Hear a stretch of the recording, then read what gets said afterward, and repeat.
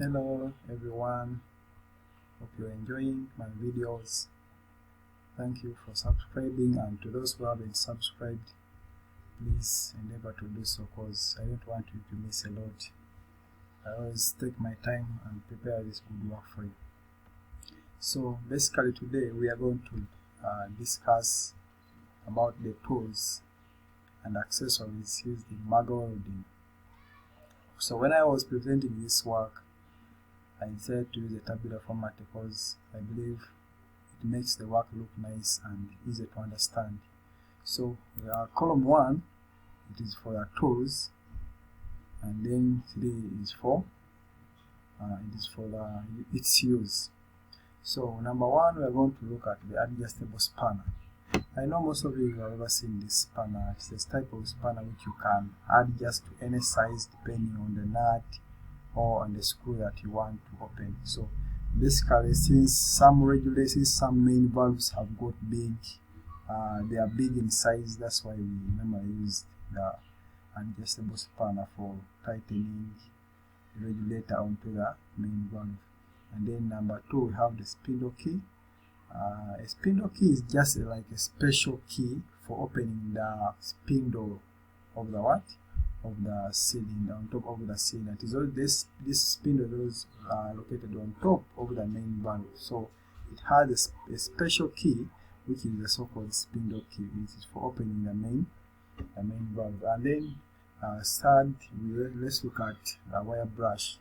This is a wire brush. This is in form of a brush, but it is made of, sometimes they have a plastic handle, others have a wooden handle, but they are made of fine wires which are basically used for cleaning the weld immediately after welding.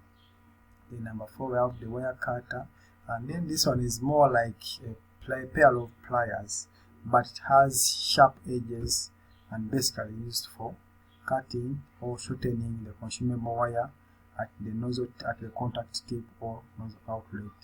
Basically, when you press the trigger, the wire tends to come out a bit longer, and you're supposed to keep it at least 1 inch or 1¼ inch, such that it makes the work easy and simple to start the welding process.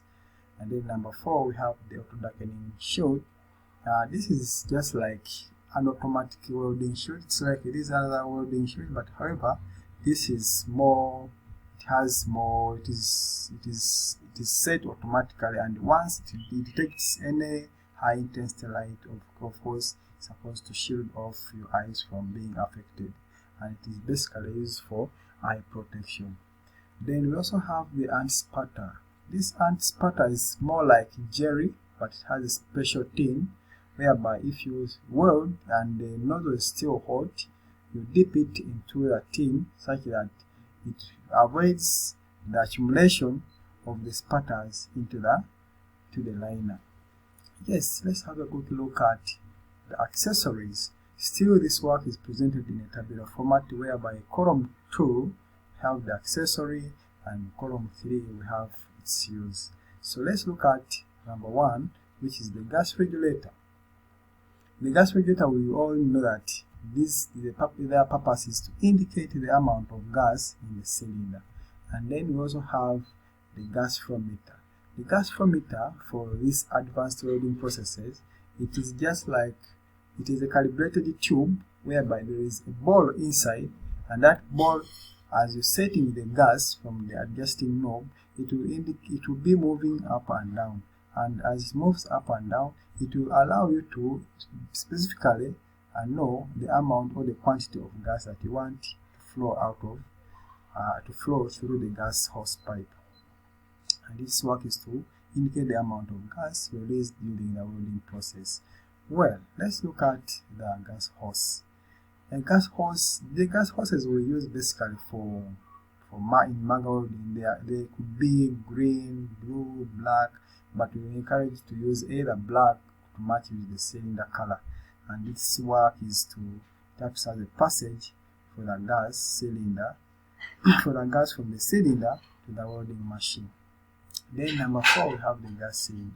The gas cylinders for carbon dioxide, basically they are black in color, and that's why, and we use them as storage for the gas to be used. And then number 4 we have number 5 we have the wire feed unit, and this wire feed unit is basically a unit where we clamp or where we mount the wire rod, because in manual welding the wires we use in form of rods, and basically we use it for mounting. That's why we mount the wire rod, and it's used, it helps to feed the wire during the welding process and by unwinding the wire rod. Okay, let's look at number 6, welding gun. This one we all know how it looks like. Those who have been following my videos have been explaining this, and I've been talking more about this. So its work is to ejects and directs the consumable wire into the welding pole. And then number 7 we have the gas conduit. This is more like a passage for the gas, and it runs from the gas from the machine to the welding gun. Okay, then number 8 we have the return cable. This return cable is the cable that we connect to the earth clamp and then to the negative terminal of the machine, and its work is to complete the circuit when connected to the earth clamp. Well, then number 9 we have continuous wire.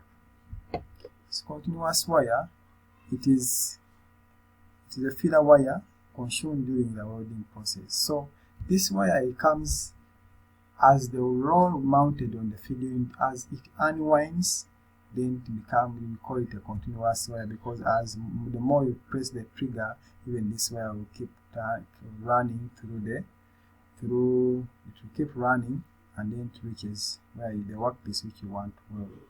Then number 10, which is the second last, is the power cable. This power cable, basically in most of the machines, it runs from the machine up to the wire feed unit, depending on the manufacturer design, and its work is to complete the circuit, and it runs from the machine to the wire feed unit. So lastly, let's look at the earth clamp.